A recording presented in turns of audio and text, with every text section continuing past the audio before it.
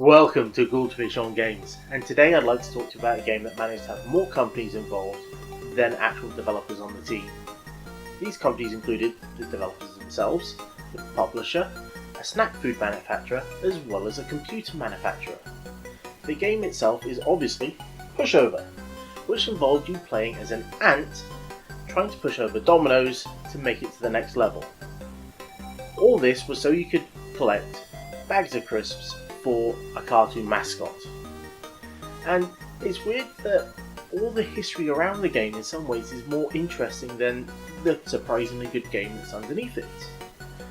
The game itself was made by Red Rat Software back in 1992, and for the most of its life it was just a regular little platform puzzler game. But then Ocean got involved, who were the masters of getting licenses, and they managed to get the license to Quavers. Quavers are a brand of crisps, or chips for those not in the UK, and during the 90s they were massive, mostly because they had pumped a lot of money into a huge advertising campaign involving Colin the dog, who was voiced by the equally popular Lenny Henry. Now, Lenny Henry himself doesn't make any real appearances in this game, but he does show up in a surprising other game that we might cover later.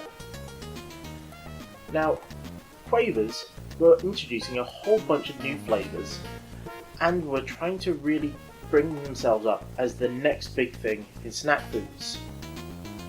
Now, most of those flavours have sadly vanished, and we're mostly left with the cheesy one that most people remember. Colin! Tidy that room! This calls for a quaver.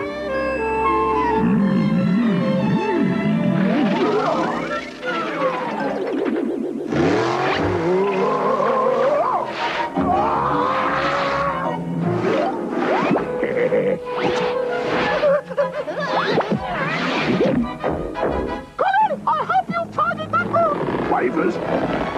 Watch out, they taste curly. The license itself was such a late addition that all it really amounted to was the intro, a small bit here at the beginning, and a few cutscenes through the levels. And amazingly, they released this game on the SNES, and that had none of the branding at all. And you wouldn't really tell that anything was missing. It had that little actual impact to the game itself.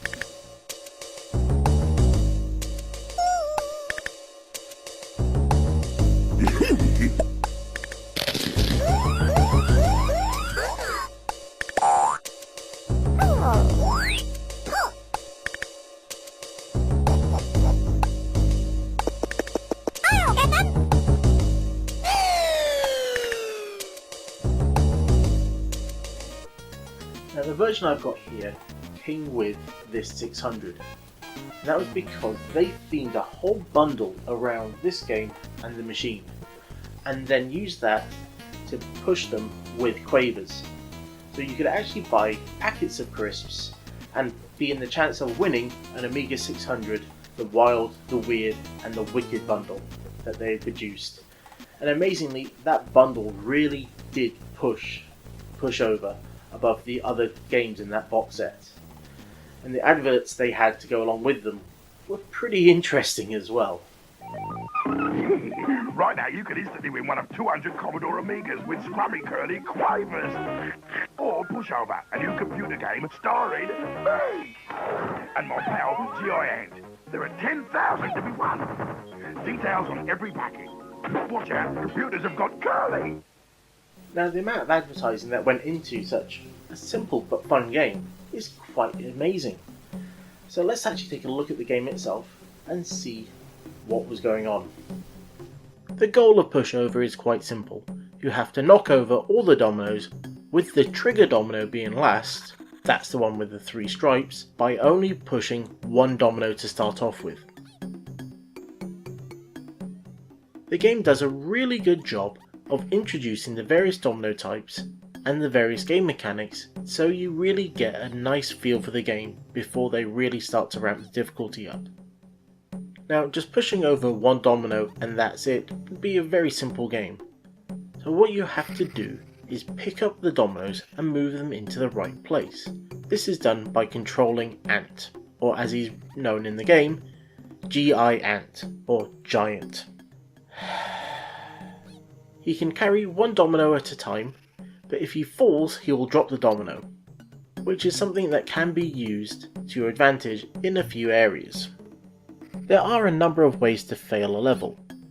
These include knocking over the trigger domino before everything else has been triggered, dropping a domino on top of another one and destroying it, killing Giant by either falling out the game or by falling off a particularly high ledge, or being unable to make it to the exit.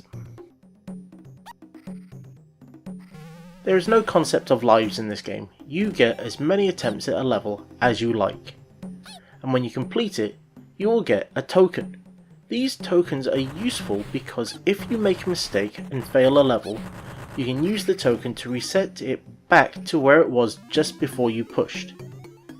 Now, this isn't an easy get out of jail free card because it will still reset the timer back to where it was. So if you ran out of time, you will always run out of time if you use a token. You can also not use a token on the last level of a world because it will not allow you to get the packet of quavers, and you need all 10 packets of quavers to complete the game. As there are quite a few different dominoes, all with very similar stylings, the game actually helps you out by giving you a screen that tells you what all the dominoes do. This is accessed through pausing the game. It also doubles as a way of stopping you from being able to pause the game and then work out how to complete the level without the timer continuing. They were very tricky, these developers. The game takes place over a number of different worlds, but for the most part the worlds just are there to provide a visual distraction. They don't really change up the gameplay much, and they don't really add anything as you go along. Apart from the very last level, which plays a horrible trick on you and actually removes all the icons off the dominoes. They all look yellow.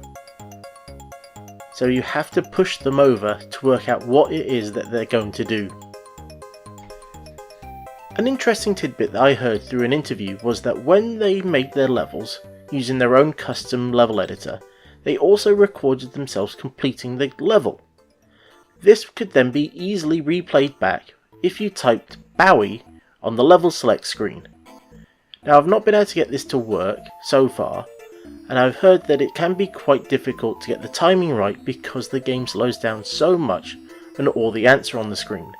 But I love the idea of having the game being able to play itself, and it's something that I have tried to do myself in my own games as a way of testing them, and I always wondered if they used that to try and test the game itself as well.